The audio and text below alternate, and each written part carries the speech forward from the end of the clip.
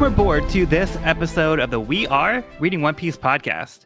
This is a podcast dedicated to following the entire story of One Piece from beginning to end as we focus on each volume. We keep the discussion spoiler-free for new fans of the series, so this is the perfect place to follow along, whether you're new to the series or just want to revisit the world of One Piece with us. This week, we will be covering the second part of Volume 66, The Road Toward the Sun, which covers chapters 652 through 656. My name is Joel, and I'll be your host. Join me today, we have Sean. This is Sean. We have Evan. This is Evan. And we have Cody. Hello. How's everybody doing? Sweat. Good. Ready for dry land. Yeah, so I think we'll be getting to Dryland soon as we wrap up Fishman Island in this episode. So we are going to be updating our arc rankings and our villain rankings at the end of the episode. So we haven't done one of those in a little bit. So it'd be nice to see where those stand with us. Yeah, and we'll be moving on to something new. Whoop whoop.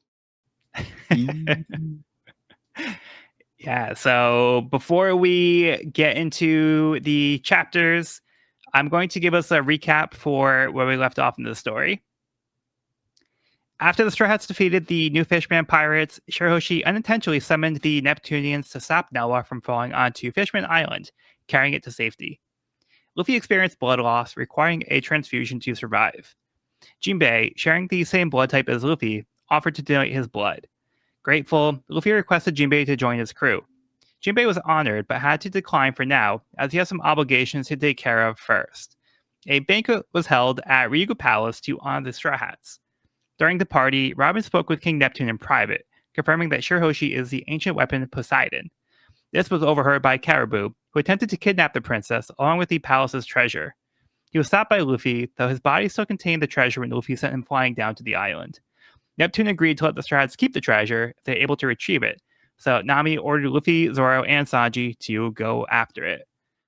After easily retrieving the treasure, they came across a sweets factory where two of Big Mom's agents, Peckhams and Baron Tamago, were trying to collect their payment of sweets from the Minister of the Left. Word got back to Big Mom that Fishman Island would not be able to deliver, so she called her agents right away. Peckhams and Tamago were afraid to pick up, but Luffy wasn't.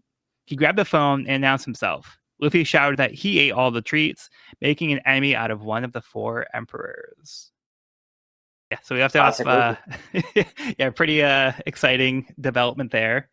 Mm-hmm. Yeah, Luffy isn't afraid. His crew less excited about this development, but for the reader, I think it's a fun development. But yeah, we might have to see how that pays off at a later time. So how about we just get right into it? Yep. All right, how about we just get right into it?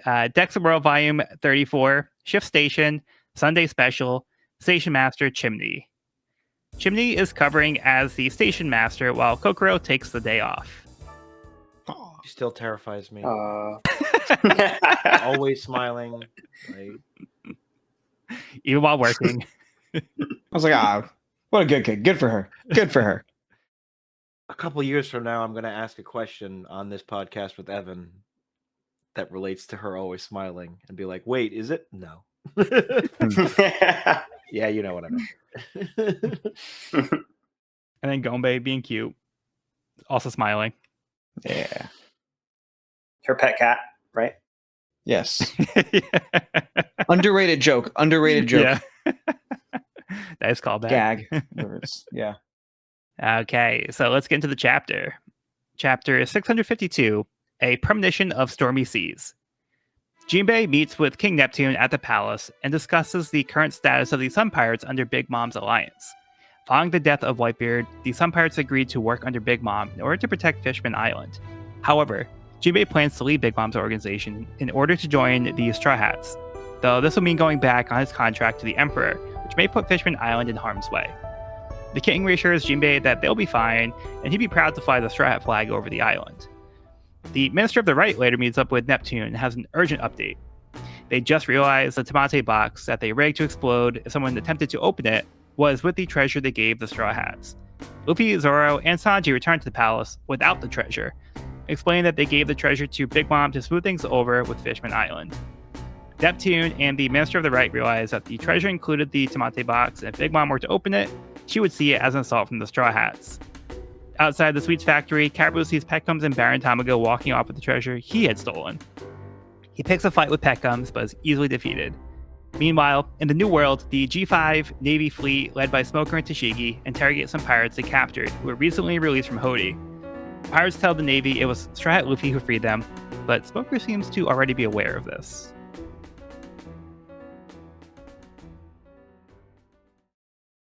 All right, thoughts?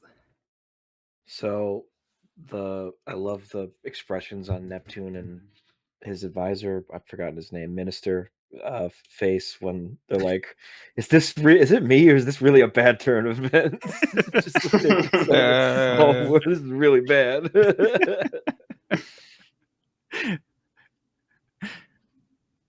Yeah, so it's gonna look real bad when Big Mom opens up a treasure box from like the Straw Hats and it's like, oh, here's a bomb. And it's gonna be like, all right, was that intentional? Like, it was like, wow, this punk, yeah. He's already on our bad side. I don't think it's gonna help. I'm not gonna lie, when I read it, the Tamate box exposition, it just something felt off about it for me. I just like, I don't know if it's the placement, I don't know what, or if it's like the transition getting to it, or if it's because I kind of speed read the last couple of half volumes. I don't know. But then I'm like, well, this is a very weird situation. Maybe this should feel a little weird. I don't know. It just feels like it was just shoved in between this really, really nice scene with Jinbei and Neptune and this transition outward. And so I was wondering how you guys felt about it too, because I know my own circumstances that led to my interpretation here. I don't know. I agree, it's very abrupt, but it's Abrupt funny. word. So I'm kinda like, it's an eternal, and that's an eternal thing with One Piece, is like, this seems contrived or kind of out of nowhere or something. But man, it's funny. Like that, I can apply that to dozens of things throughout One Piece. So That's fair. yeah. I mean, for me, it didn't really stand out to me in one way or the other. Like the Tamate box came up previously, where that's what was holding the energy steroids. So that was the treasure that used to be in the Tamate box. Right. But now that's gone, they decided to rig it in case, like, the thieves. They realized it was Hody that took it, but like if the thieves came back, like, oh, okay, so if somebody else tries to steal this treasure, which has already happened, now we can rig it to explode on the thieves. So it's something that was brought up before. This might be like a case of Oda just having ideas that he wants to definitely put into the story for some reason. Because I feel like with Oda, he puts details deliberately in. Like, he wouldn't like squeeze it into the story if it wasn't worth putting in. But maybe he didn't have like a smooth way to put in without making it feel like you said maybe it was a little bit more clunky from like your reading of it. Yeah, which that's I think it's valid. But I think it is maybe a case of like, I just have like all these details I need to squeeze in, and this might be like the best way to just at least throw it into the story, so it can be placed here. Yeah. I mean, I have nothing against the Tamate box. And I was in like the little bit of time I had after I finished rereading the chapter, I was like, okay, well, I know it's based off of the, I think, Urotaro or Hashima. It's some Japanese folk legend about the guy who gets the box, opens the box, he turns old. Okay, that's Hody and the crew right now. And I'm trying to figure out like literally, like, he gets the box at Ryugu Palace from Queen Otohime in the legend. And so far as like, oh no, there is something very, very deliberate about this here, and there's probably some recontextualization of the folktale into the broader narrative, which we just don't know yet. I wasn't aware of that. Oh yeah. And cool. so that's why I'm like, this is so interesting. And I'm like, but why here? Why here is where I'm coming into it from. I see. Yeah. So this does also touch upon the plot point where we also find out that Jinbei is working under Big Mom. Mm. So he said he had obligations, but this is a new development for that. So the Sun Pirates, Jinbei is now leading. He's not warlord anymore, but he's now back with the Sun Pirates, and now they have to work under Big Mom after Whitebeard is no longer around to protect the island. They had to do something to protect the island because it's such like a hotbed of like pirates coming through, so they do have to have some kind of protection. So this is what they did in the moment, and it seemed like the best course of action at the time. But now they're kind of stuck in this position where they're working for Big Mom, and Jinbei is trying to keep the pieces like best as possible. But now things are kind of changing, where Jinbei is considering leaving Big Mom's organization, and he'd like to join Luffy's crew instead. But things are a little bit more complicated than we initially thought. Mhm. So what do you guys think about this? I think it's a great scene for Jinbei. He finds no allure in leadership, and it just makes so much sense for him. It's not about optics. I think that's a word we've used with Jinbei a lot, but it's just about honor and what is right. And it's just still, it's such a far cry from that initial impression we got of him when, I forget if it was Johnny or Yosaku, was like describing, this is the guy who set Arlong loose and he's blue, and like Right. a lot of Fishman has been seeing, how is Jinbei different than what he's been told to be? But this really just hits home. Like, he really is just looking out for the best. Yeah. Yeah. What a guy. Yeah, I like that you brought up that line about the leadership, because I think it's an important quality for good leaders to also not want to be leaders. So from what we've seen, Jinbei seems like a good leader, but he doesn't want that. So it's not about power for him. He just wants to have things like work out for everybody, but he's not like power hungry or trying to take control of everything. So I think that's a great quality for Jinbei as well. Totally. 100%. You got a thumbs up from Sean. Nice. Nice. While we're talking about this scene, I love seeing King Neptune talking about the Straw Hats, not only as friends but as allies here. Like, we've seen the Straw Hats make their impression on different cities in different parts of the world and make friends along the way. But it's cool seeing it through the context of like this friendship is becoming actual, like, real alliances, where we're talking about, like, hoisting the Straw Hats Jolly Roger as a sign of like protecting Fishman Island in this situation. So it's kind of cool seeing the gravity of that and like where we've come, Yeah, just And from this then art. yeah. And that's something that Neptune wants and states that he wants here. So that's pretty powerful words. Yeah, agreed. Yeah, we also get some more information about Big Mom's agents here. So we do have the reveal of Peckham's powers, where he shows that he actually has a turtle devil fruit. Mm-hmm. So he has that shell. Yeah, it's fun seeing Peckham fight here. This is a fun scene. Peckham's got hands. Got hands. One-shotted. Yeah. I do. So I do like, him like being like, this is so many Logia types that think they're invincible don't last in a long world, and it feels very much like hey, remember like Enel being made entirely of lead, and like how he seems so unstoppable. Smoker being made like, just you like, how do you hit that? How do you hurt that? Crocodile, and it's just like, and then they're like, well, guess what? It's not that simple because hockey and other stuff. Like, Yeah. Yeah. That's a great point, because it does kind of show where we've come. You can rely on.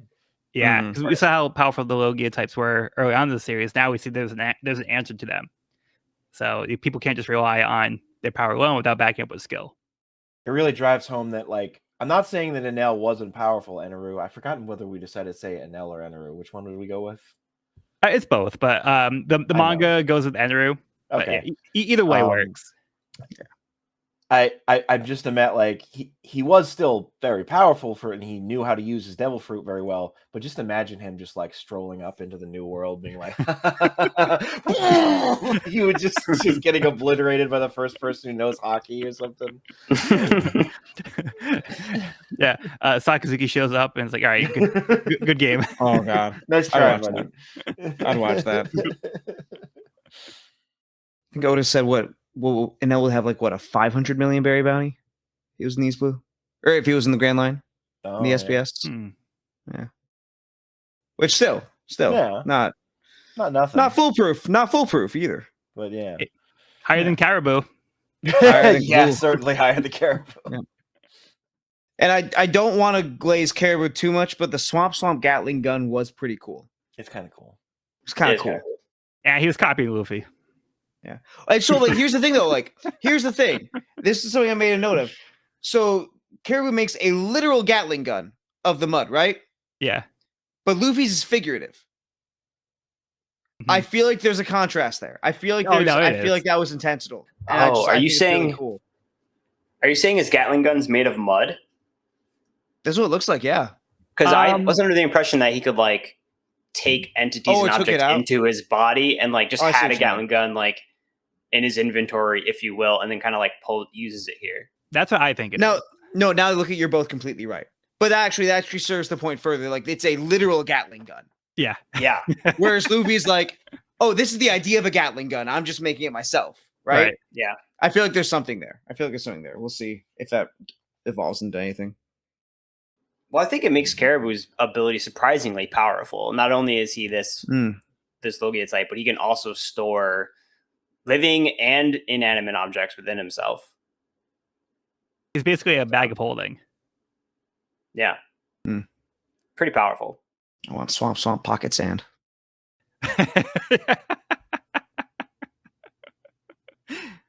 I do like that the Big Mom Pirates also have a little catalog of people bounties. So they're like, oh, who's this? Nobody? Oh, okay, we actually do have data on this guy.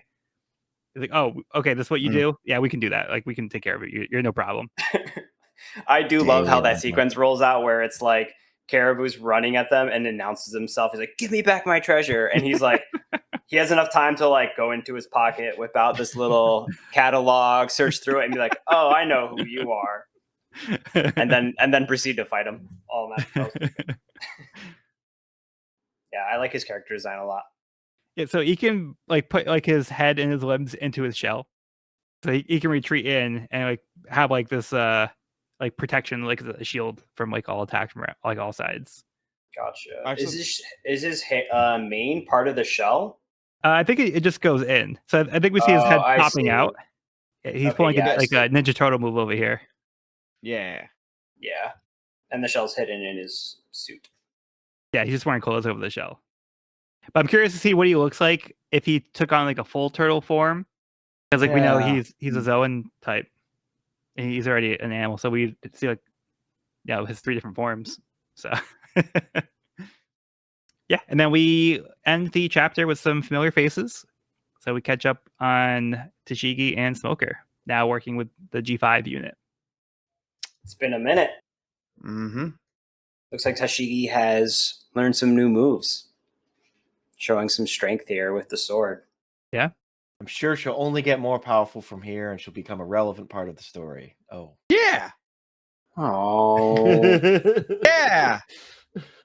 I don't like the tone there. No one's gonna job to anyone. No, yeah. Don't worry. It'll be great. This was a cool intro for her, though. This was a legitimately cool intro. It's a cool intro. It is. Yeah, I'm calling it now, like Babe Ruth. I'm going to say Tashigi is going to be the world's greatest swordsman. Yeah, totally. Better luck next time, Zoro. Next thing we tell me, Buggy's going to be king of the pirates. Also, this guy with the head tattoo. Like, all the G5 Marines are just a lot. But so, like, the Marine Seagull, like, right here, these guys are different. Yeah, that's dedication. Yeah. I've just recently gotten a new tattoo, but I will not be getting one on my face or head. That is a hard line for me. That is a commitment. as if like a regular tattoo like isn't a commandment either, but like that's a different there's that's a different certain level. social level of just like how willing are you with I've seen people with stuff on their foreheads and their chins, and I'm like, no. Even if it was painless, which it's not. Wait, so you're not gonna get damage tattooed on your forehead? No, I think I'm gonna pass on that. Those Jared Leto bullshit. Oh my God. I did think it was really funny. After Tashigi has like this cool move where she deflects the cannonball. She starts like talking to the mask because she's trying to talk to them. Like for some reason she can't see well enough. I think like her glasses might come off, and like they're like, "Hey, Tashigi, we're over here." But G5 seems to be like a little on the rowdy side, maybe a little bit like less disciplined. So maybe they're kind of like they're throwing them to like Spoker. Like Spoker's kind of like a wild card, so we'll just kind of throw these guys over to him and have him deal with them. But yeah, it's kind of sad that they're not really respecting Tashigi. Yeah. Yep. That's all I'll say about that. But yeah, that's where we end the chapter. You guys good to move on? Yes, sir. Move on. Smoker's on the trail. He's on the chase. Okay, moving on to Decks of the World, Volume 35.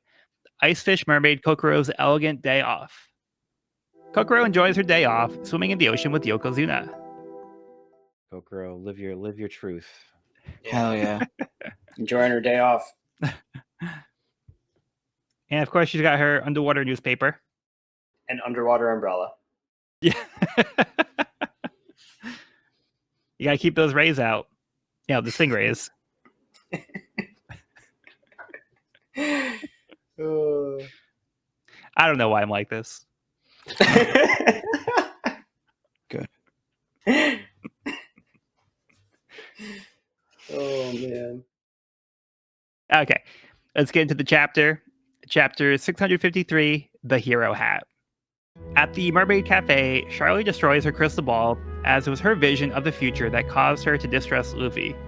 Kami wonders if the vision is yet to come true, but Charlie apologizes to Kami for misjudging her friends. As Shiroshi bids a tearful farewell to Luffy, Neptune and the Minister of the Right contemplate warning the Straw Hats about the Tamate box, but don't have the heart to tell them. The Minister of the Left gifts Nami with a new log pose for the New World that has 3 needles. The magnetic field in the New World is in flux and may disappear before they reach the next destination. But with 3 needles, they have 3 different directions they can choose from based on which is the most steady. The Strats say their goodbye to the princess and Jinbei, but Shiroshi catches up to them one last time and tells Luffy she wants to go on another adventure with him someday.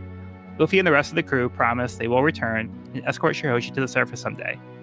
Jinbei overhears a young boy asking his father for a hero hat like Luffy's. The boy's father is hesitant to venture to the surface to find one, as he still doesn't fully trust the humans, but Jinbei offers to go to the surface and return with a shipment for Fishman Island. The Strats officially leave Fishman Island, excited to finally enter into the New World.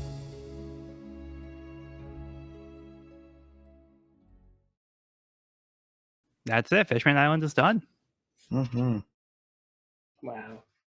Yeah, I enjoyed this chapter. I feel like it was a nice little like bow on the end of this arc, just kind of tying it together and having their send off here. Yeah. It feels like in classic Oda fashion.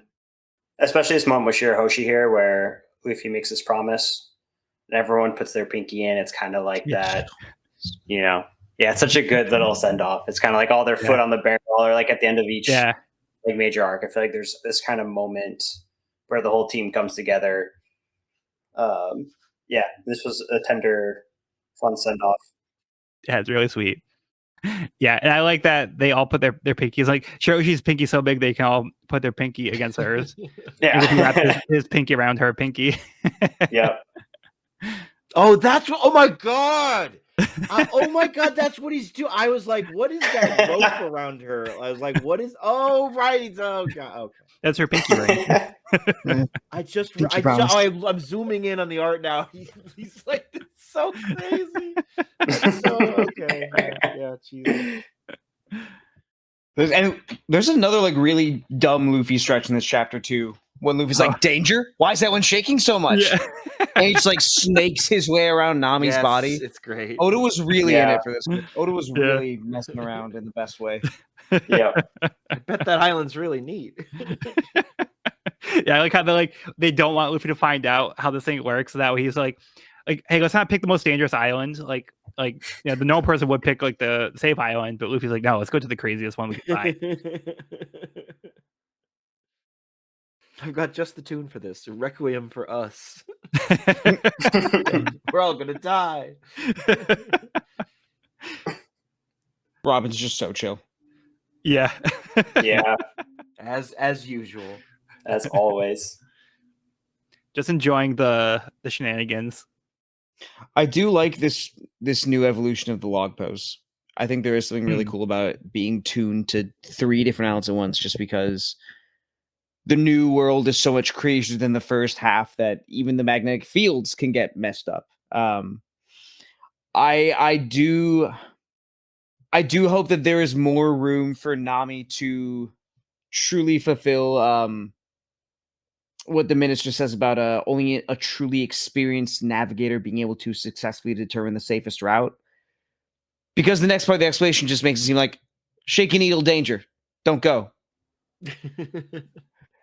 But Yeah. Nami's also there's I feel like there's got to be more for Nami to explore than that. There's got to be more than Nami can do there because it's Nami. We've seen. Yeah, I think this development opens up like her ability and skill more, because it's like before you're just like following a single needle. It's like it's a one directional tool that you have to follow. There's no interpretation or like alternate route to be taken previous. So I think this kind of opens up the navigational side of things for Nami a bit.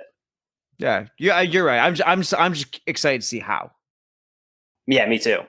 Yeah, it's a cool New World concept. sounds pretty confusing.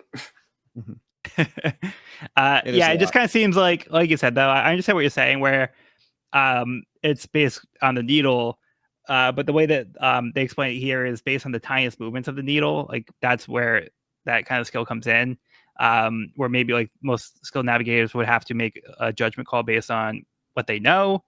But yeah, I don't know beyond the shaking of the needle or like being able to like perceive the slightest movements. Like I don't know exactly how that ties into navigation skills.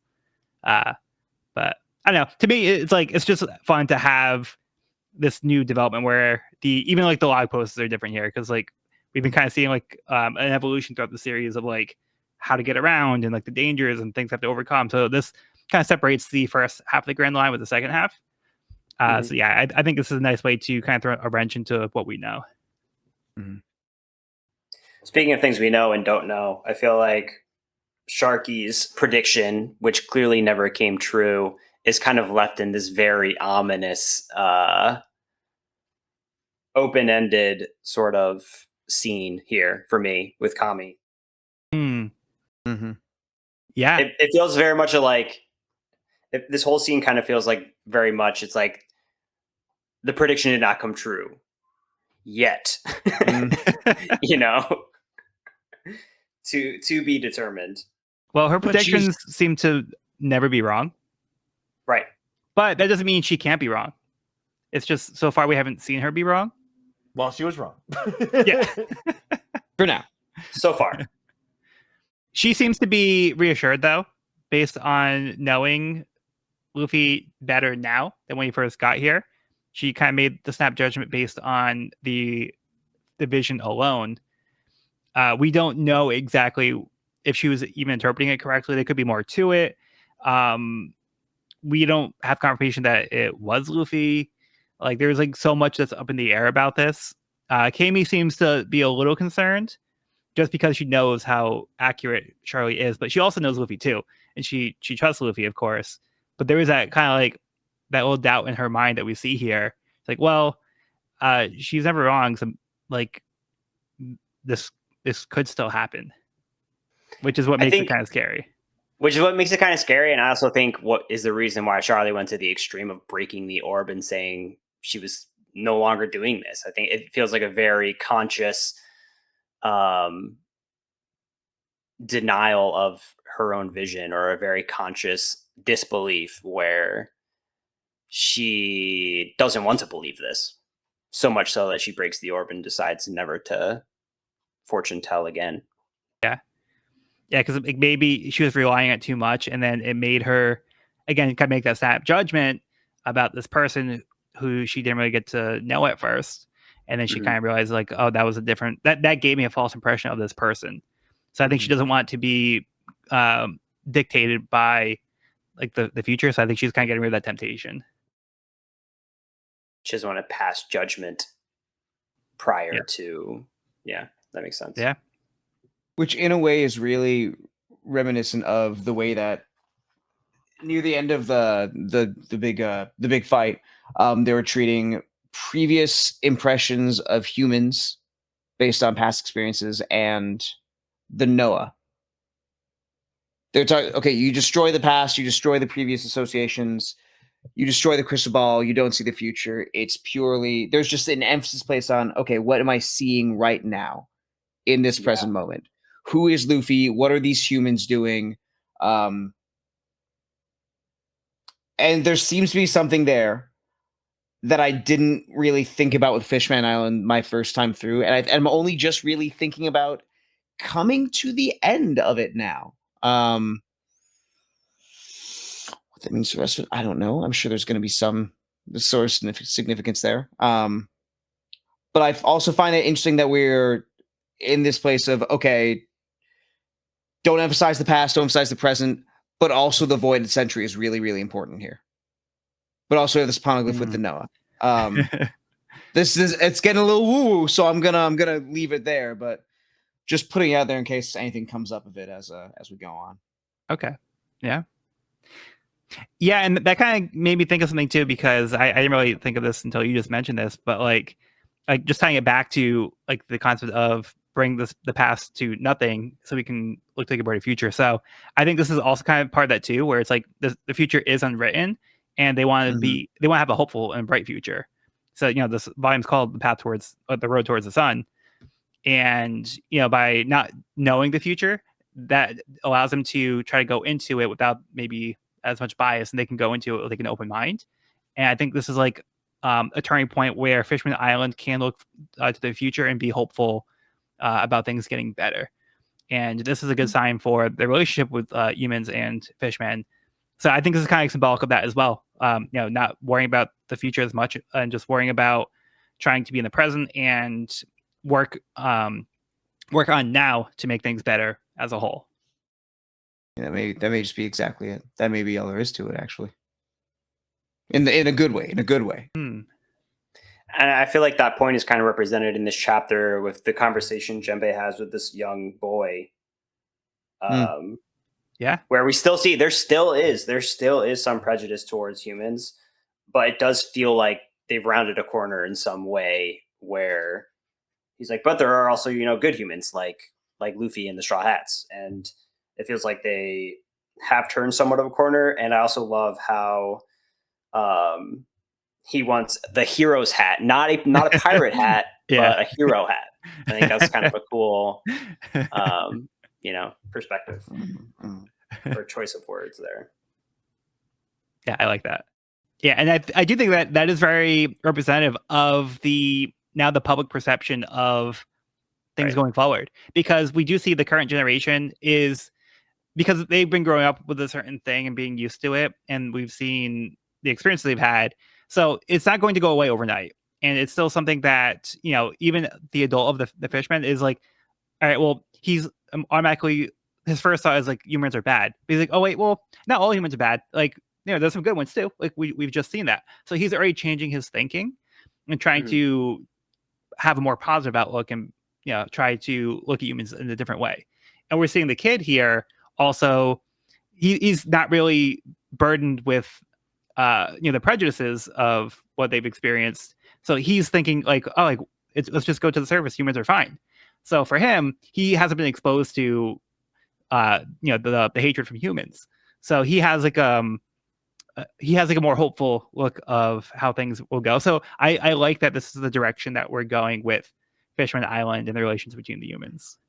So I think this is a nice little snapshot to show where they're at. And Jinbei is just like, yeah, I'll go. That's cool. You want a hat, bud? I'll get you a hat. Hey, you guys good to move on? There was one more moment I wanted to that I really enjoyed in this chapter was the nonverbal goodbye / like communication had between Luffy and Jinbei here. Like Luffy screams out Jinbei, Jinbei just nods and he says, "All right." Like there was clearly like a conversation had between the two in that moment, and Jinbei's become like one of my favorite characters throughout the past few arcs. So, it's kind of a bittersweet goodbye here, but we know that Jinbei wants to be with the Straw Hats and the Straw Hats want Jinbei to be with him. And Jinbei just has some stuff to take care of first.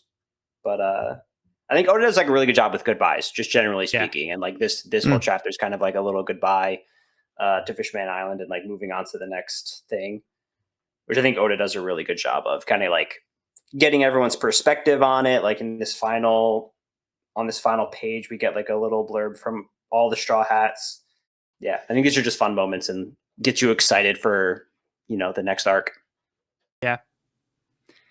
Yeah, maybe this interaction with Luffy and Jinbei is less of a goodbye, more of a see you later. Yeah.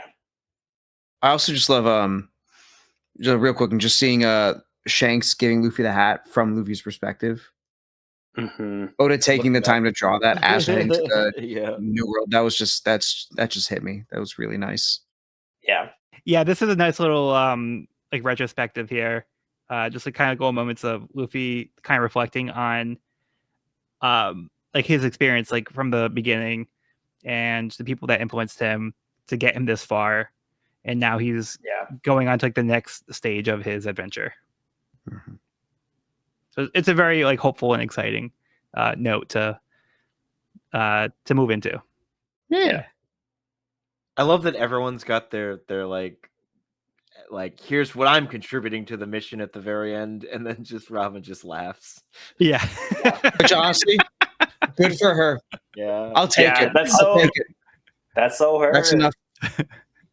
I'm glad that's her now. She could have written something. She could have said something like, "And I can read any poneglyph we find," but like, yeah, it's actually fitting that you mentioned it because in the last episode, we did kind of talk about how her journey with the poneglyph seems very personal to her, and she's not really divulging this information with the rest of the crew. So her thing feels like a side quest where it's like I got my own little personal side quest going. Like I'm marking it off, but like, I'm not really like experiencing this with the other people. It's more for her. So it does kind of make sense that she's not really like expressing like what she's really trying to do here.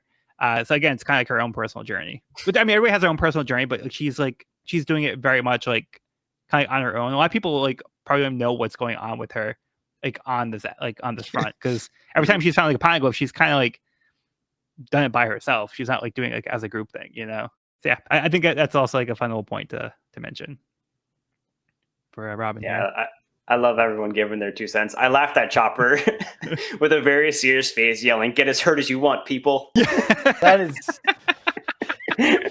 break all your bones. You're gonna regret it. So funny. All right, let's get into the next chapter.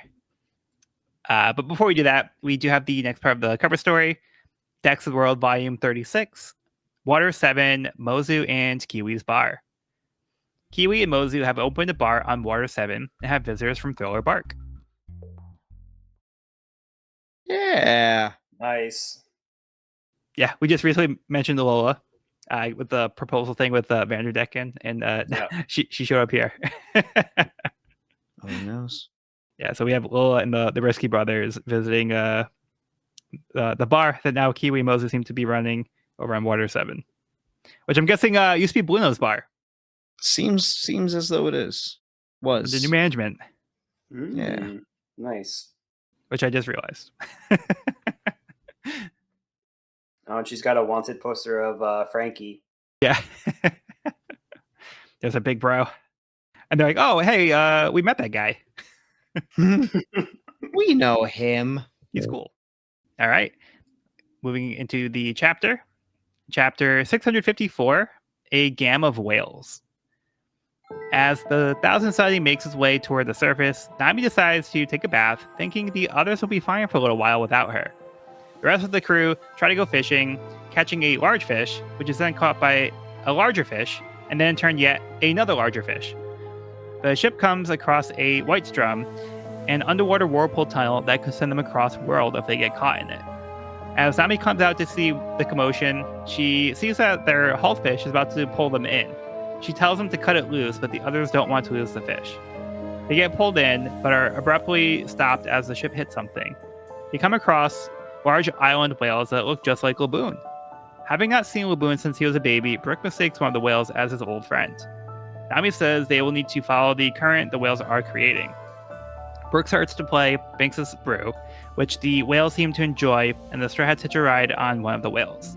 The whales reach the surface, sending the Thousand Sunny into the air of the new world.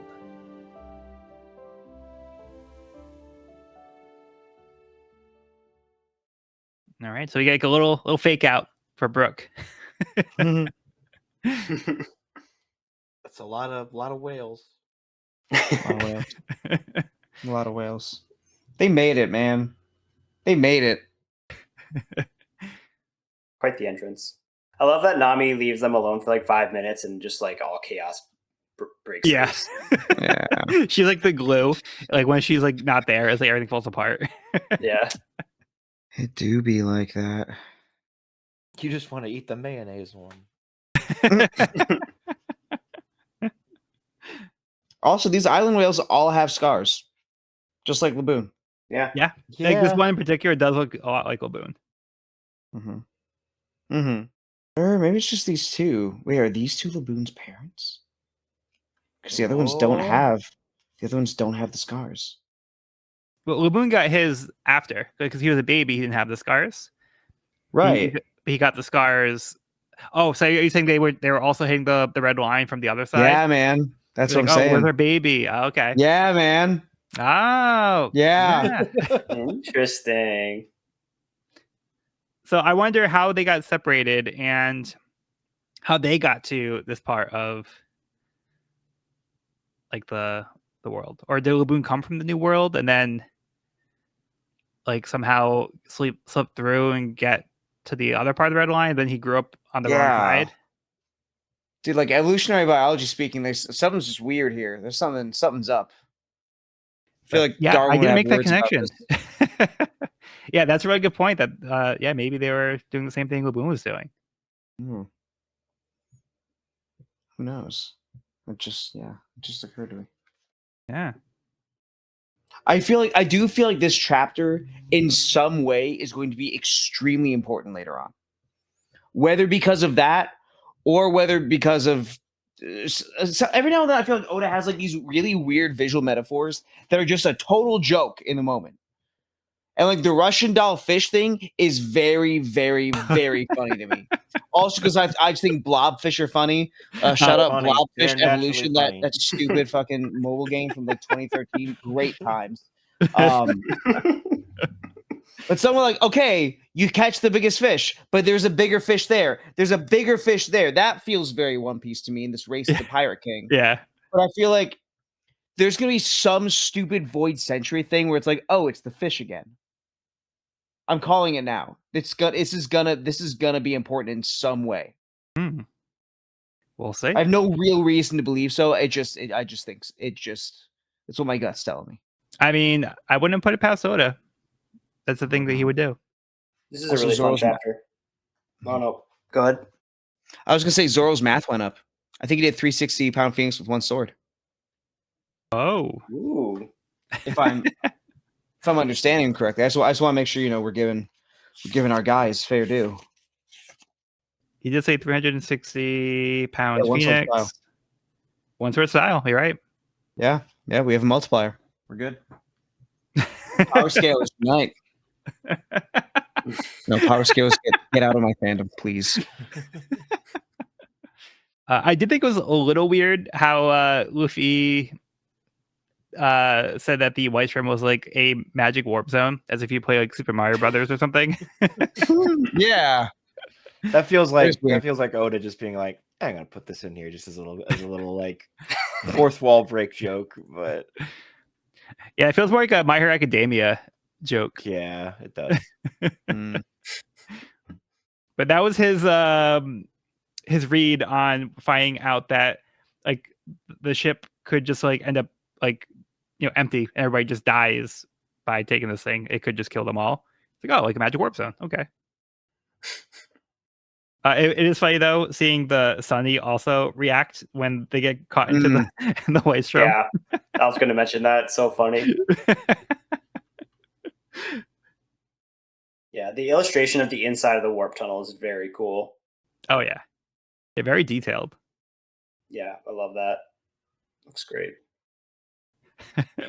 But also before they get sucked in, I I enjoy Frankie doing his super pose when Nami asks him to the coup de burst. He's like, "It's a bit super late for that," and he goes, "Ka-ching!" He poses. Yeah, buddy. It is a little sad though to see like Brooke get so excited. He's like, "Oh, I've just been reunited with Laboon," and then it's kind of getting the rug pulled from under him. He's like, "Oh, well, I mean, it can't be Laboon. Like we know he's at the front of the Grand Line." But then he has like the sweet moment of playing Bigsy Brew, like kind of in his honor, and also being like, if you're Laboon's family, then maybe you'll enjoy this too. So he's kind of like developing a bond with who he's hoping is Laboon's family, which like Cody said, there's a good chance that this could be. Yeah. So they reached the new world. We made it. We made it. Woohoo! Okay. Any other thoughts?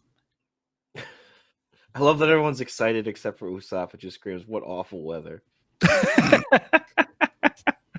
That's unexpected. Why is it so turbulent? I knew I should have stayed home today. Arnold asked. Arnold from Magic School Bus. I got you. Classic. The original Usopp. One Piece was a Magic School Bus reference this whole time. Wow, that's the One Piece. It's the Magic School Bus, and they can take them anywhere. Shit. Oda. All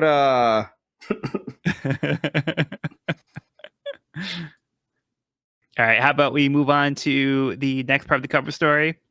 Dex of World Volume 37, Water 7, Galaga Company's genius 10-year-old secretary. Iceberg had hired the young girl as a secretary 2 years ago. This one's just cute. I do love his single bead of sweat.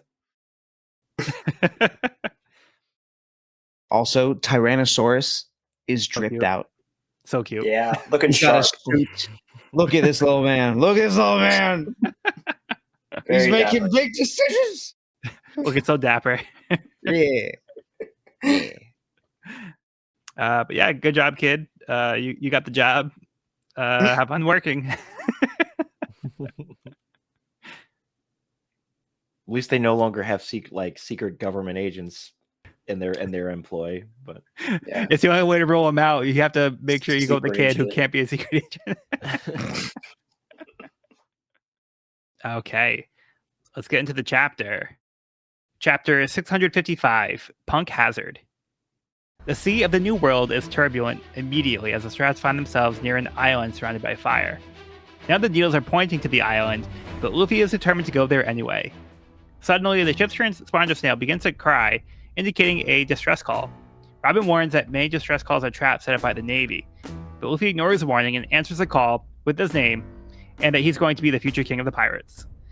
The voice says it's so cold and asks if this is their boss. Luffy is confused as the voice shouts that they are being cut down by a samurai and trapped on Punk Hazard. Brook and Zoro recall that samurai are warriors from the land of Wano. As the crew tries to piece together what is going on and wonder how someone could be cold on an island of fire, Luffy has decided to go check things out on the island. Smoker's ship has intercepted the call and now know where the Straw Hats are. They are nearby, but anticipate the Straw Hats to go to the most turbulent island that would have been on the log pose, not expecting them to go with none of the three options. Tashigi pointed out that the island is not sustainable for life after the accident 4 years ago, but Smoker orders for them to set course for Punk Hazard anyway. Sanji packs some lunches, and the Straw Hats draw straws to see who will be going on the Mini Mary to head to the island. Luffy, Zoro, Usopp, and Robin start to head over on the path of clouds that Nami is now able to create. The landing party reaches the gates of Punk Hazard with a keep out sign marked by the Navy and the world government. Zoro cuts down the gate and they enter. The environment is covered in fire, causing the island to burn. Robin points out this must be from some kind of disaster. As they look for the samurai, they find a large dragon instead.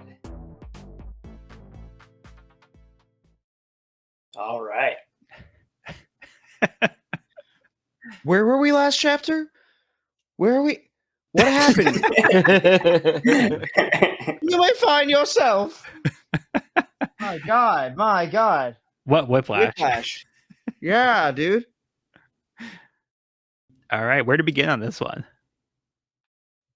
Man, the New World is chaotic immediately. Like you said, like the crazy waves, water's on fire, dead fish floating, wreckage floating. Like it's a mess. A distress call right away. Yeah, distress call right away. Listen, guys, we got to think about this. We're committing a crime. Wait, pirates are criminals. Usopp, you gotta come up with some better excuses here, man. Wait, I warned you not to pick a fight with the government. Wait, we already are. Oh yeah, I did shoot down their flag, didn't I? No. Ogre King Oh did. yeah, that's right. That was Cyber King. My bad. I got confused for a minute. They're totally different people. Wait, when did Frankie start rocking this haircut and what is going on there? I think it was 2 chapters ago. Yeah. Yeah, it was a couple chapters ago, but it's still there. He's got like a stag beetle or like something Yes. like some kind of beetle hair, Almost like Beetle antlers, but yeah, I thought beetle too. like a pincers or something. I don't know. We get some more info on Wano here, or just kind of a Lore. lore. Wano lore. A little tidbit. Yeah, the last samurai that we saw was previously from Wano. Ryuma from Throw a Bark. Yeah, we get some Afro Samurai here with Brooks Afro being the storytelling. Conduit. Yeah. Mm-hmm. I've never even heard of such a country. Well, you should read more, Usopp. Jeez. Backwoods yokel. Also, Smoker's back. Also, Smoker's back. Oh yeah. I mean, he had his little cameo last chapter, but I keep forgetting how much I like Smoker. He actually is probably like in me my top too. 10 characters. He's so good. I don't know, he looks so cool here. He does. Yeah. Also, like, I don't think there's this like the one moment in Logtown where it's like the little girl with the 2 scoops of ice cream runs to. He's like, "Hey, my silly pants ate your ice cream. I am so sorry." So Buy 3. that is One of my like favorite moments in the entire top series. top 5 things that I need to see in season 2 of the live action that needs to be Yes. exactly do that, because it just like if they don't, It's perfect. I'll be real mad. But I think they will. I think they will, because it's such I think a great they will. scene to adapt. Yeah. Yeah. But damn, he means business here.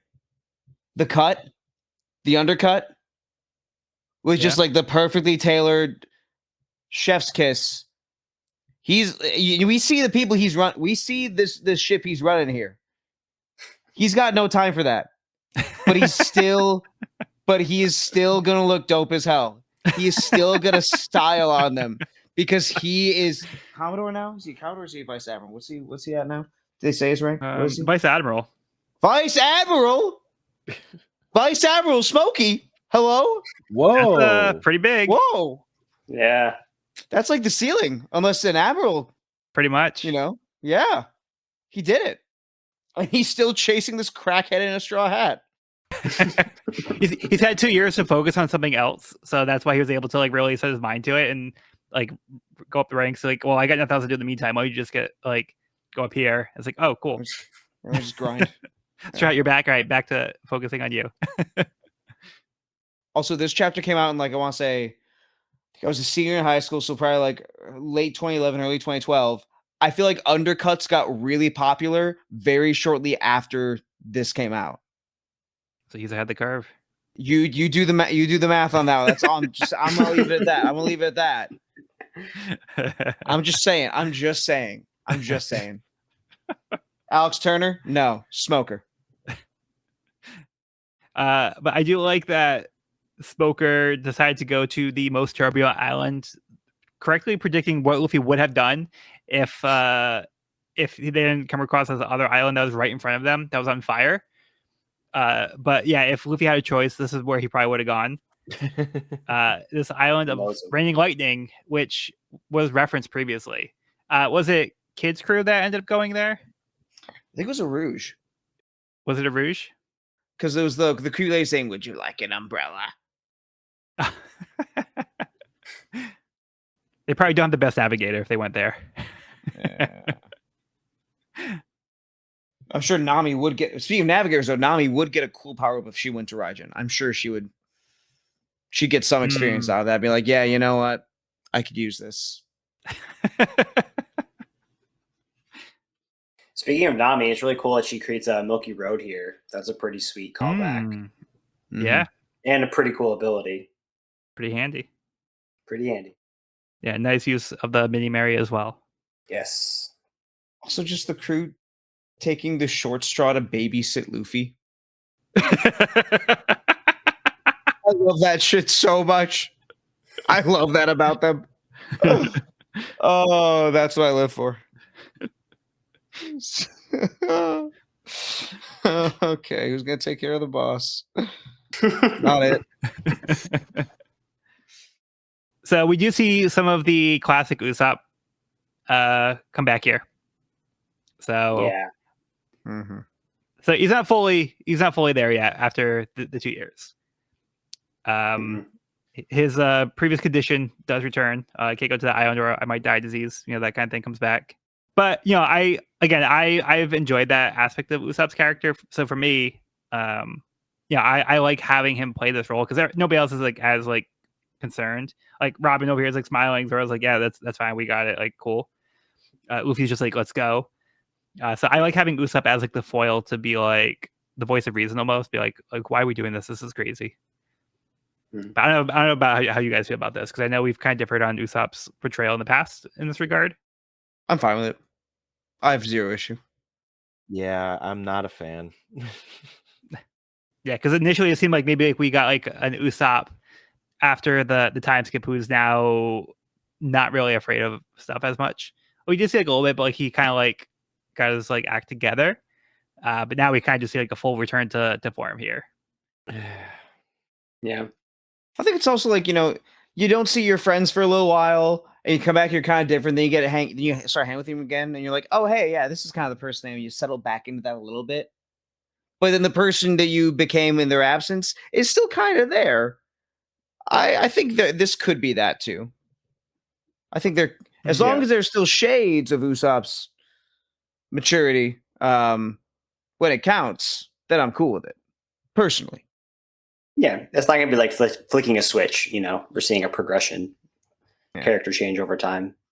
Yeah. And I think if you were expecting Usopp to be a totally different character than he was before the time skip, I could see it being disappointing. I think my first read through, I also was expecting him to be, less scaredy cat. But for me, like in retrospect, I really love this element of Usopp's character. And for me, like I think if you go in with the understanding that he is not a different character now, like he's had some growth, but he's not a different character. So I think if you go into the series going forward with that mindset, I think you can get more enjoyment out of Usopp's character that way.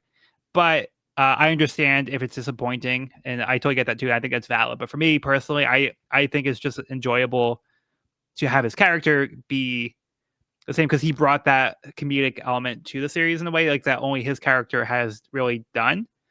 And I feel like it'd be sad to have that element just be completely absent from the series going forward. I just like having his character to bounce off of and have. I think there can be a type of balance. things. Yeah. And Yeah. like, I don't even think this part is like egregiously off balance. It's just like, oh, okay. Yeah. I'm starting to think that if we put current Usopp in the first half of the Grand Line, I think there would be a difference in his approach situations. Yeah. This island's on fucking fire. The snail was crying. The snail was He crying would've- in he would've- abject horror. He would have died within 10 seconds. Like, he would have evaporated. You're saying pre-time skip Usopp in this situation would have? Oh, sorry. Yes. Yeah. Yeah, no, yeah, I Yeah. completely agree. I don't know what you were saying. Wait, Grand Lot, you said. Just the inverse, but like we're on the same page. We're on the same Yeah, page. yeah. Yeah. Also, the panel of the transpire snail crying, that was like that kind of hit. That hit kind of deep. Yeah, poor old guy. Yeah. Yeah. So we do get the name of this island nearby, which is Punk Hazard, which I think is like such a cool name, personally. Agreed. Yeah. Very cool name. Yeah. Pretty sick. And I just love like Luffy doing the same thing, like just like immediately announcing, "Hey, this is Luffy, future Pirate King. Here's my social security number, my credit card number." Like,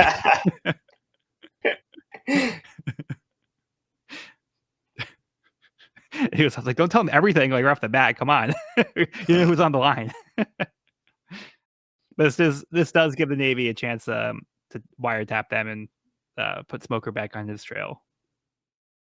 And then when we get to the island itself, we see the gates Punk Hazard. I think it's just really cool, like having like this gate with like the name of the place. It feels like a video game level or like a theme park or something like that. Like, Mhm. oh, here's Punk Hazard Land. Yeah. It really does. But to me, like I like it because it gives that vibe. Yeah, no, I mean that in a good way. That it really Yeah. does. Yeah. Then poor Chopper melting like ice cream over here. What is that? Like the keep out logo, the danger logo on the door. It's not like it's not like a skull. It's like a demon skull. It's weird. Yeah, that's interesting. Yeah, it's got like these like large horns or maybe like Yeah. tentacles or something. But I'm thinking maybe like a skull with like horns.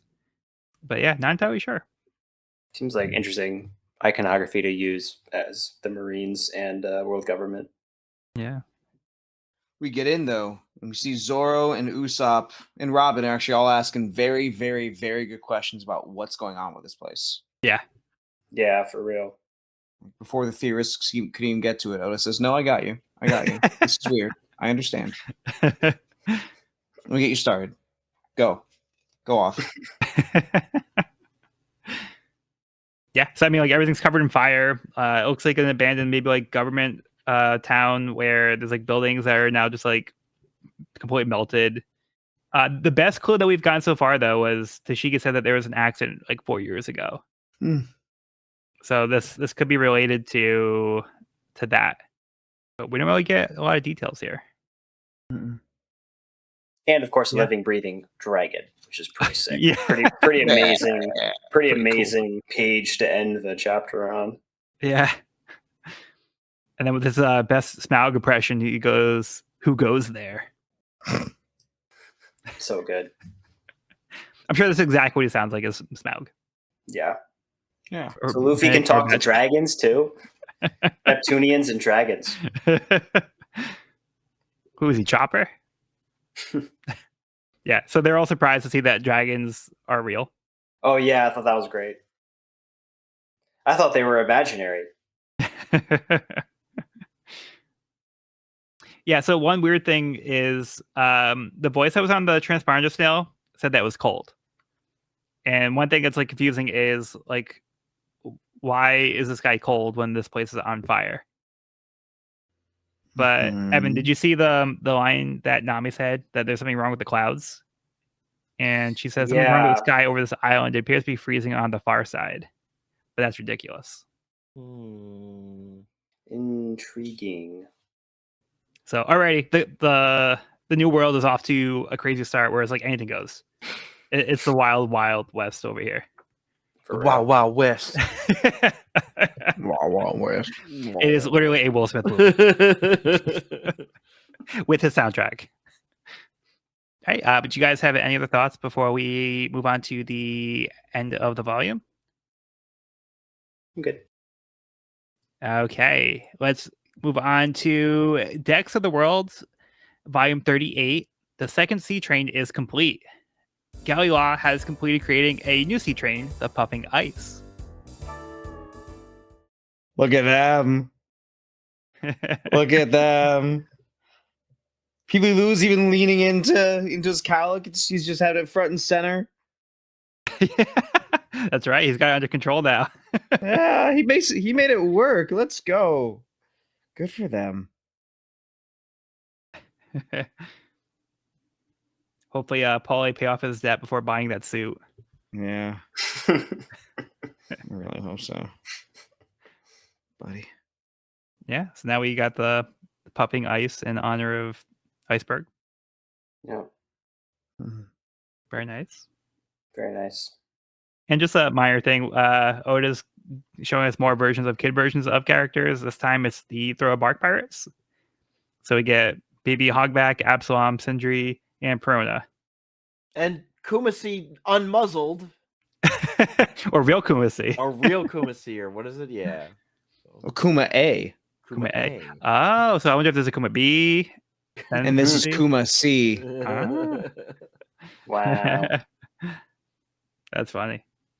that is funny. Also, damn, I never thought I'd feel for Absalom. And I only I still feel for don't. child Absalom. Only Yeah. child Absalom. Well, Yeah, he does look like he's in like a rough situation as a kid. Rough growing up. He has like a bandage on his head, no shirt. emaciated. Yeah. Yeah, But he's got like a Must be a poster in the strong back, maybe to lion. like inspire him, called Strong Lion. But yeah. No And then- excuse, no sympathy for adult Absalom. Just in this case, I'm like, ah, damn. Yeah. Hogback seems like a weird kid. So no surprise Shocker. there. You weird kid.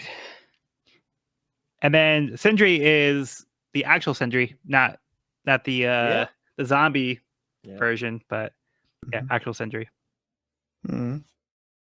And then The young SBS. Kokoro too. Just throwing in there. yep. What were you saying, Evan? I was saying the actual SBS art is Zio, and the SBS is spelled in footprints on them. I think that was pretty solid. That's pretty funny. Okay, let's wrap up the volume with chapter 656, Adventure on the Burning Island. Luffy thinks he heard the dragon talk, but Usopp doubts it. Usopp is having a hard enough time believing the dragon itself is real, but is convinced when it breathes fire at them. Luffy and Zoro are excited to fight the creature. During the fight, Zoro hears the talking as well. The dragon takes to the sky, breathing fire down on them, and the voice asks if they're with the 7 warlords as well. Zoro tells Luffy he'll take care of the dragon, so Luffy offers to knock it down from the sky for him. He reaches up and grabs the dragon, surprised at how hot the scales are. Luffy finds on top of the dragon a pair of talking legs. Luffy tricks the dragon into biting its own wings, and Usopp launches Zoro into the air with a trampolia, allowing Zoro to slice the dragon's head off. Back on the Sunny, Sanji comes out to the deck to find the rest of the crew knocked out from gas.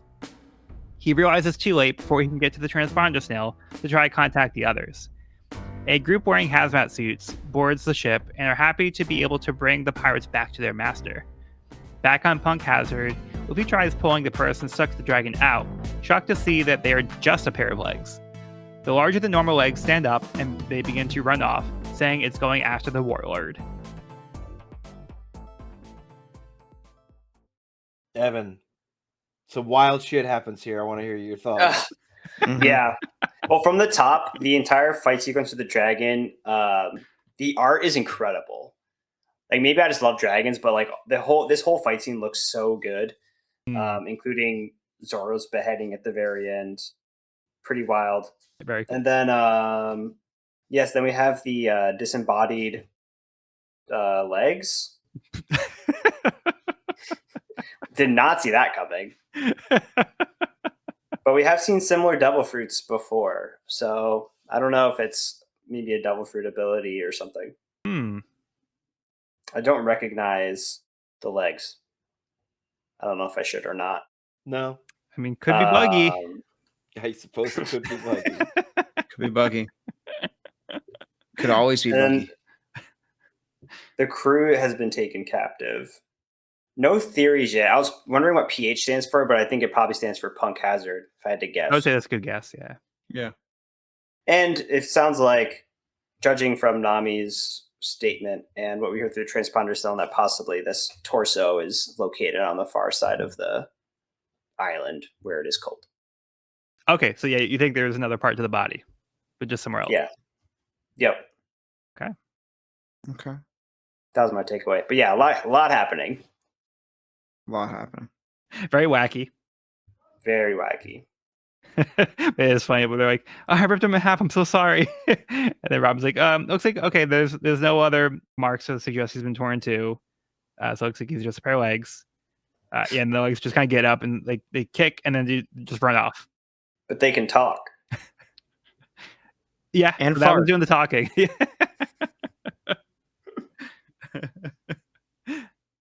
Yeah, Luffy is asking the legs to join his crew, of course. Of course. Yeah. Classic. This really is just like that perfect blend of badass and dopey that One Piece has. This whole fight with the dragon. Yeah. Yeah. Like the dragon is cool, but the dragon looks kind of goofy. Yeah. Just look at his stupid little face. I love him. I love him. He is a bit cartoony, but In a good way. It kind of looks like a classic Disney dragon almost. in a lot of Yeah, I can ways. see that. Yeah. Okay. yeah, I see it. like a Shrek dragon. Or Shrek. Yeah. Dragon. Mm. Yeah, it's got that nice balance of like goofy, like and like scary, like formidable, but mostly goofy. Honestly, the fact that like Oda used more than a quarter of the second page of the chapter just as negative space for the dragon's fire breath Yeah, really cool. really So sold that one for cool. me. Really sold it. Yeah, some of these panels look sick. So Now that I mention it, the horns do kind of match the iconic, like the icon we were talking about before. Oh, so maybe it's like A keep little bit, out yeah. dragon. Okay. Beware of dragon. Beware of dragon. Don't let the mailman in. One detail I enjoyed was on the page before the dragon fire. Usopp is off panel, and we see his text box reaching out. He's saying, "Look, I'm having a hard enough time even accepting the fact that there really is a dragon." Yeah. He's not even like on the page, and he's like so far away that like he's like not there. Because we see him run away in the previous panel. Mhm. Yeah, that was a fun little detail. Zoro, Dragon Slayer. He had to outdo Ryuma. Mm, Or try at least. or imitate him. Yeah. That is a good callback to monsters. And we did just bring up Wano last chapter too. Yeah, Oda went for it. Oda, yep. Hell yeah. I He's wonder laying if it all down.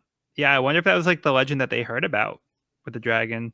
Like I thought that was like only in like stories or something. You're saying you wonder if Monsters was the legend? Wait. Maybe like like, I think so. I think it's canon. maybe that's the story that they heard about. Like I Yeah. like going source. I don't know. I think that was a real story. And then there's also the legs talking about the 7 warlords. What? Them? Now? In this economy? Yeah, so we haven't heard about them in a little bit. Evan, you got any thoughts? No predictions yet. I'm curious how it ties in. Yeah, so lots of little pieces here, but not a lot of answers, which is good for a One Piece mystery. Oh yeah. That buffoon of a warlord. Yeah, I don't know.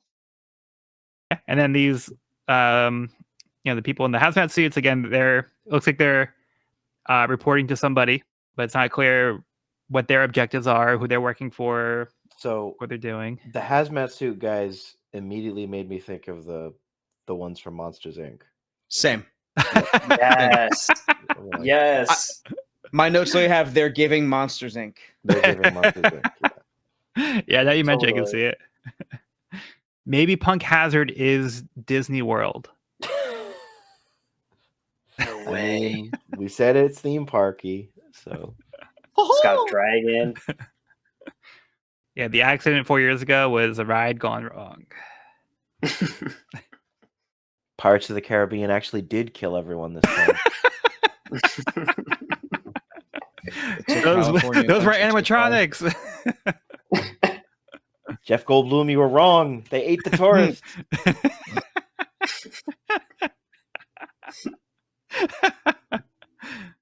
Yeah, so I think that's pretty much it for this volume. Did you guys have any other thoughts before we wrap up? I'm I like excited. seeing Luffy and Zoro. Oh, sorry. No, go ahead. I was gonna say I just like seeing Luffy and Zoro falling from the sky. Just like a couple of goons, couple of homies. Yes, the poses they have in that fall is so Yeah. good. It's just so nice seeing them be like that because they are two halves of one brain cell, and any reminder I get is just gold. Sean or Evan?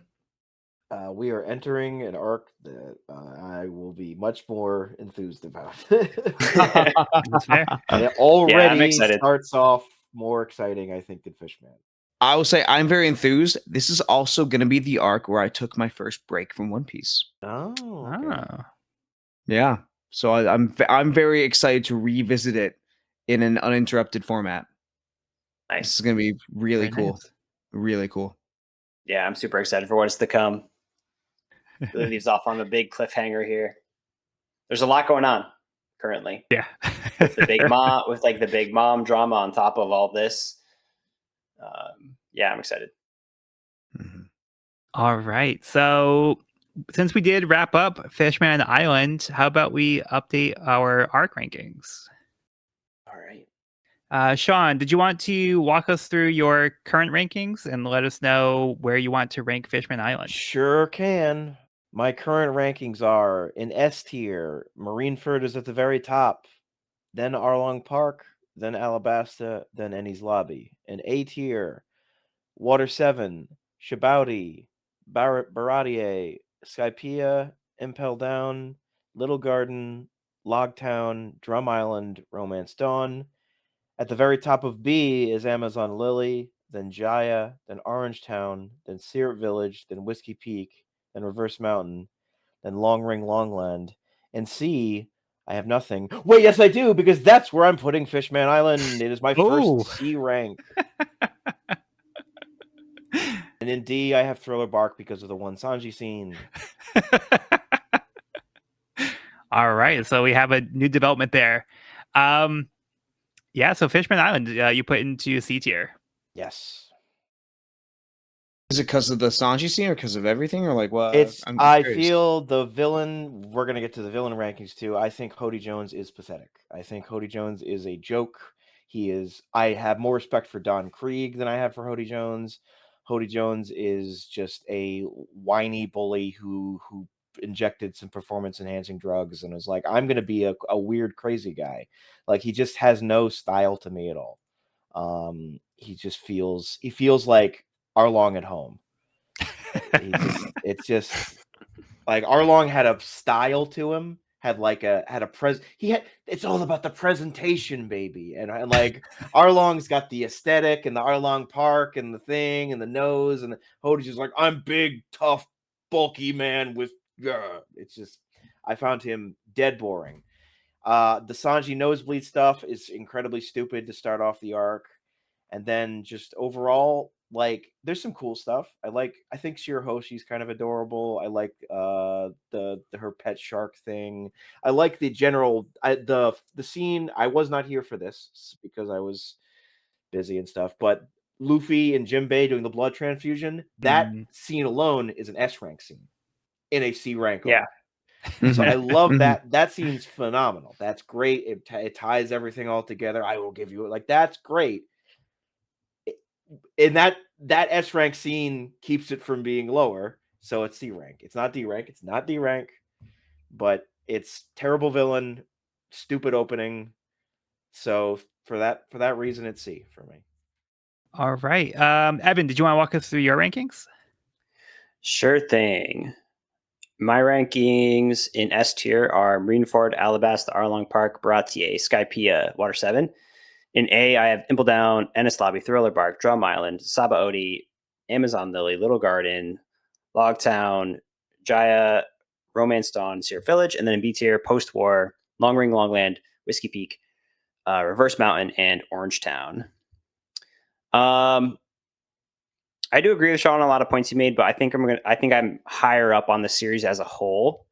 When we get to villain rankings, we can talk about Hody. I do think he lacked substance, but I think he was a good tool for getting the theme of the arc told. Like, I think I acted as like a vessel in storytelling. I think on his own, again, a weak villain. But his emptiness kind of played well into the theme of the arc. And I think I'd put it somewhere like dead middle. Like, I don't think it was like the best. I don't think it was the worst. I think it goes like somewhere in the middle for me. This is tough. I think I'm going to put it like dead center of A. So behind Saba Odi and before Amazon Lily. For no specific reason. I do think it's like somewhere in the middle of A for me. It's just like that's where you feel it belongs right now. Yeah, and there's so many arcs now. It's hard to be like, well, it's hard to get into the nuance of like why I would put it, before something or behind something. But I think it's somewhere in the middle of A tier for me, and I think the themes of the arc landed really well, and I think we're told well. We had some great characters, some great metaphor and lore as well. So yeah, I think it's where I'd put it, somewhere in the middle. All right, cool. Cody, how about your rankings? Okay, so in S tier, I currently have Water 7, Marineford, Baratier, Arlong Park, Ennis Lobby, and Alabasta. A tier is Drum Island, Impel Down, Sabaody, Post-War, Thriller Bark, Jaya, Amazon Lily, Orangetown, Skypiea, then Romance Dawn. And B tier is Syrup Village, Reverse Mountain, Logtown, Long Ring Longland, Little Garden, and Whiskey Peak. As far as where to put Fishman Island, it's also, I think for a lot of reasons Evan was saying, it's just tough. It's really, really tough. One, so hard. We're 60 plus volumes into the story now. There's so much to sort through. I don't want to put arcs in C because I still agree. I know I said I don't have C tier arcs. I still don't think I have a C tier arc. It's so hard.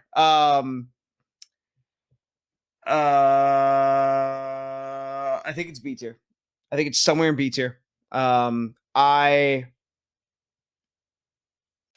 didn't have as much of a problem with the Sanji stuff as I thought I would, as I did in the past. Evan echoed a lot of my thoughts on Hody.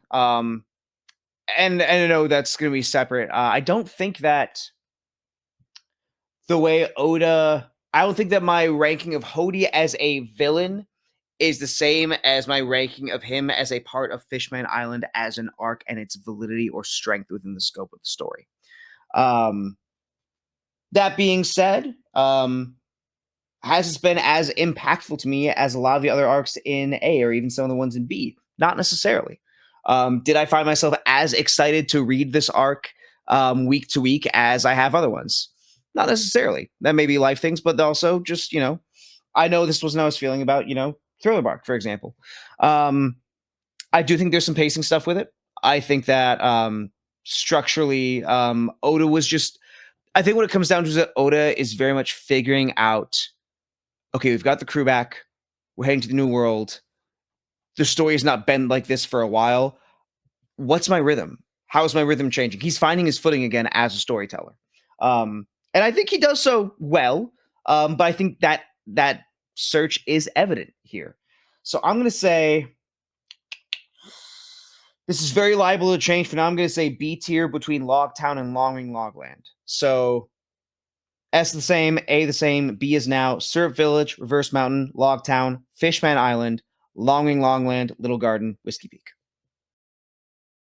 Okay, cool. Thank you. Also, Jinbei rocks.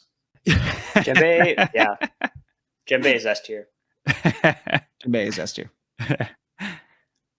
All right, so I'll walk through my current rankings. Okay, so my rankings, I currently have an S tier: Marineford, Alabasta, Ennis Lobby, Arlong Park, Water 7, Sabaody, Jaya. A tier, I have Thoroughbark, Drum Island, Impel Down, Skypiea. B tier, I have Long Ring Longland, Baratier, Little Garden, Syrup Village, Logtown. C tier, Post War, Amazon Lily, Orange Town, Romance Dawn, Whiskey Peak, Reverse Mountain. I feel like I might be a little bit more positive on Fishman Island than everybody else. It's not my favorite arc, and I do think there's some weaknesses, and I feel like it's not one of Oda's strongest by any means. But I do think there's some really strong things that are discussed, and I really like the topics. And for me, that had a big impact, and especially with the current climate of the US, I feel like there's a lot of things I resonated with that I didn't in the past. So I'm having a different experience with the story than I would have had, I think, previously. With that being said, I would put Fishman Island actually in A tier, but between Impel Down and Skypiea. So because of my rankings, I have like my B and C. So I feel like it seems maybe higher in comparison. But as far as like major arcs, I did have it towards the lower end. Skypiea, I feel like Skypiea, like I just feel is less one that I like to revisit more so. Whereas like Fishman Island, I think about some of the things I enjoy about Fishman Island. And for me, I think Fishman Island is maybe just like a more enjoyable read than Skypiea in general. That's the only reason why I'm placing it over Skypiea. But otherwise, I put it towards like the bottom of like the major arcs. But Hody does feel just kind of like a villain that is there just for the strats to punch down. He doesn't feel like he's there as a legitimate threat, which is where I think kind of helps weaken the arc. But I think it also strengthens the Straw Hat. So it's like Hody's kind of just there to be a punching bag, which I feel like is the reason why he fails as a villain in that regard, which we'll get into in a minute. But yeah, Fishman Island, I think is kind of controversial, and I think it's pretty commonly considered, if not one of the worst arc amongst the community. I wouldn't go that far, but I understand why people would think I also that. wouldn't But go that far, but I wave to that group from aside the hall. I'm like, I get you guys to a degree. yeah, tip your hat. But yeah, I wouldn't go that far. But it is really common to be some people's like least favorite arc. So the good news is, if you did not like Fishman Island, the series only goes up from there. The good news is also, if you like Fishman Island, it only goes up from here. So, so yeah, I think that bodes well for the rest of the series. If like Fishman Island is considered a low point, and if you enjoyed it, then I think it's smooth sailing from here on out. Sorry to do this, but actually, after further consideration and further emphasis on the thematic storytelling, I think I actually will put Fishman Island at the bottom of A. I think I was getting a little too wrapped up in structure. I think very, very bottom of A. So right below Romance Dawn for me. But as I look at the other arcs in B, I do think there is something to Fishman Island compared to those. Okay, so not a major adjustment, just a slight adjustment. Yeah, just like three spots up. Okay, gotcha. Yeah. I think I'm going to keep it mid A, but one thing I did really like about this arc that I feel like we haven't gotten as much in previous arcs, just due to the fact that we're this far along in the series, is like the strong callbacks to like earlier arcs that we'd gone through with like particularly Arlong Park. It's kind of cool having characters that we've been talking about for so long finally come into the forefront of our story, and kind of I feel like there's a lot of like first full circle moments in this arc, which we haven't gotten as much in older arcs, just due to the fact that we're getting farther and farther along in the story, and so things are starting to come back around, and characters are recurring, which is fun. Yeah, and that's actually a great point that I did forget to mention, is the tiebacks to Arlong Park, which is one of the best arcs in the series. So just inherently by being associated with it, I think it does help the story. But like the Nami moment, I think with Jinbei is very cathartic, and I think it's very helpful for Nami's character to kind of get past some of her trauma and be able to move forward. And it is just a nice moment for Nami to also acknowledge, like, yeah, I went through horrible things, but now I also get to go through some great things. So she just has like a lot of perspective, and this kind of helps her like process a lot of that. So I also really enjoyed that aspect of what this arc could do for Nami's character as well. All right, but how about we move on to the villain rankings, which we do as a group. But for the current rankings, we have S tier, Crocodile, and Arlong. A tier, we have Moria, Eneru, Buggy, Lucci, and Magellan. B tier, we have Kuro, Foxy, Wapple, and Krieg. Sean, I think we can get a good guess as to where you put Hody, but we're officially where do you want The D tier. Oh, Damn. Oh my Complete god. and utter disgrace. so you don't want to I put him like in expect you C guys tier. will You're probably like, go a little higher. That's fine. Like you said, it's a group vote. like putting him in last is not good enough. We have to put him in a tier below anybody else altogether. Yep, agreed. Evan, how about Yeah. you? I mean, yeah, we just made a lot of points against him, and I think that, like you said, he was just a punching bag and more of a medium to get the plot across. And I think if he were a stronger villain, it could have improved the arc a lot, because I think there was a lot there that was good. But yeah, I think the villains on a whole felt like kind of empty and hollow and didn't have a lot of substance, and just kind of like they didn't bring much to the story. Like, they served a function within the story, but they didn't really bring something a lot to the story. And I get that kind of wasn't the point. So strictly as a villain, I'd rank him pretty low, I guess. I don't even know. Like bottom of B, maybe. Okay, After Krieg? Wapple, just because, yeah. Okay, Either, so yeah, after before or Wapple? after Krieg, like somewhere at the end of B. Okay. How about you, Yeah, Cody? let's just say end of B tier. End of B. Okay. Y'all fucking Krieg haters are really getting to me right now. Hey, I What? like Krieg I'm kidding. more than I'm I kidding. like I'm kidding. Hody. I know. I'm kidding. No, I had to. You can cut that. No, so for me with Hody, I think Oda was going for something really cool. In the fact that the villain, the antagonistic force of Fishman Island is the cycle of hatred. Right. And it's not, which you've alluded to. But if you're going to have a person that's the antagonist of the arc, there should still be agency expressing that. And there's only so much he could do with Hody in this sense. I think honestly, Oda could have really done some cool stuff if he had more time with Hody. He just didn't. I'd say bottom of B, below Krieg specifically. Okay. Yeah. I feel like I don't know what I'm trying to say here. I feel like I've said it, but I'm not quite sure. But yeah, I'll leave it at that for now. We'll see if I clarify later. It's just Hody's just It's weird. like- He's just weird.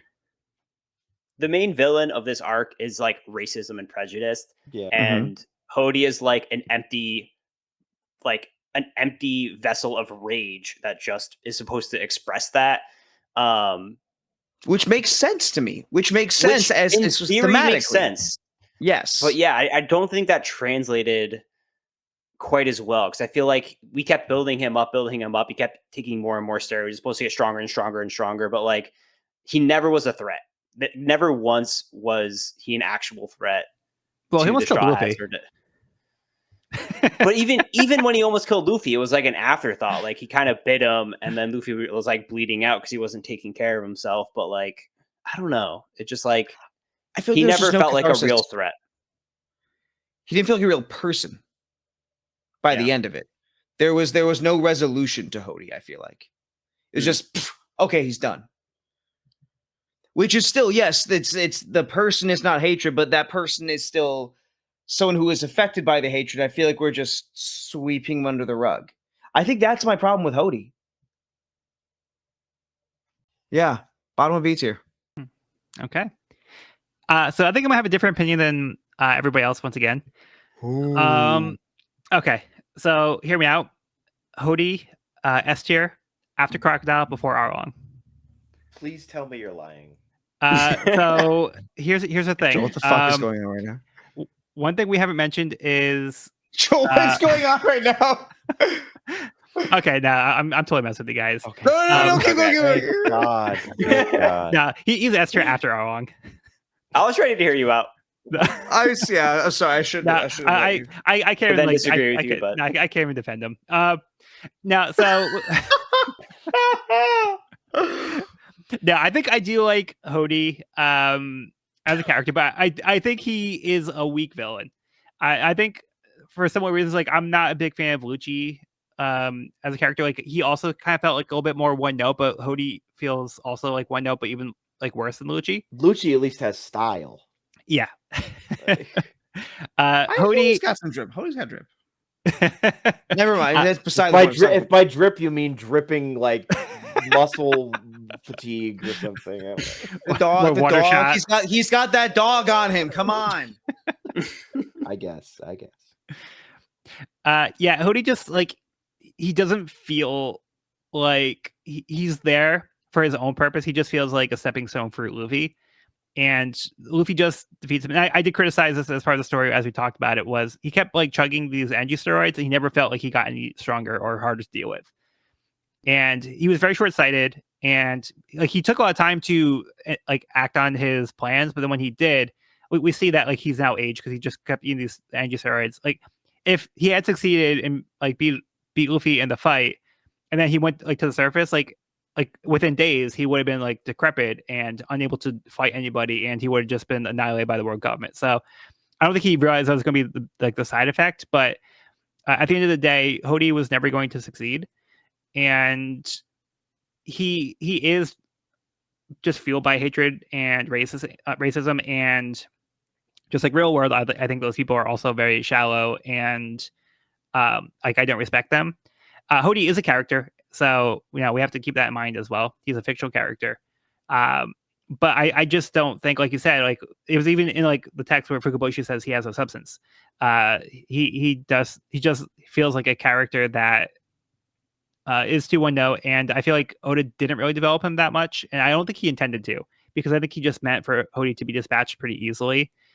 So with all that being said, my true ranking, I'm okay with putting Hody in C tier. So he'd be below everybody else, but I think he does deserve, I think, to be in C tier. But again, if we want to put him in B tier after Krieg, I'm okay with that as well. I think we can all agree that like he's last currently. Well, what rank would you put him? Where would you put him? I would just say C tier. So, we got So D, same say C tier? place, just C, in C, tier. C is kind of like the median. Yeah, that rounds out Yeah, the I'm C. going C. Yeah, And I'm okay C's with that. Okay, yeah, because I think we're all in agreement, like kind of like where he stands. So it's just semantics, but yeah, I think it's fine to put him in C tier. I think that's kind of like where he deserves to be. Yeah, cool. So we'll put him in C tier.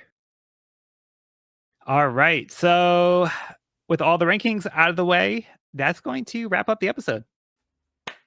Woo, no outro. Woo. Yeah, so we are getting past Fishman Island. Like I said, I'm excited for like the rest of the series. I'm always excited for everything in the series, but in particular, I just think going forward, it's going to be a fun ride, and I'm excited for us to get into it and for everyone to experience this stuff for the first time. Can't wait. All right, but that will conclude this week's episode of the We Are Reading One Piece podcast. You can find this episode wherever podcasts are found at We're Reading One Piece podcast.buzzsprout.com or on the YouTube channel at We're Reading One Piece. This is a spoiler-free channel up to where we have recorded the podcast, so if you're new to the series, you can visit the channel there. You can also find me and this podcast on my YouTube channel at Pirate King Codex for more One Piece content. If you have any questions, comments, or feedback, you can reach us at wearereadingonepece@gmail.com. We'd love to hear from listeners, so if you're enjoying the show, or if you have any suggestions on how we can make it better, let us know. Next episode, we'll be starting volume 67, Cool Fight. I've been Joel, and I've been joined by Sean. This has been Sean, just here to remind you, Hody Jones, his shirt, whack. His energy steroids, whack. His entire persona, whack. His racism, whack. Evan. Thanks for listening. And Cody. Hody's in C. Hodies and C. This song is off key. I don't know how to sing anymore. That was really bad. Sorry, guys. Hodies and C. Let's go. He's under the sea. Oh. Oh, he's not. We can put him in D. All right. Well, be sure to turn on Oh. all the hopes and dreams, and we'll see you on the next episode.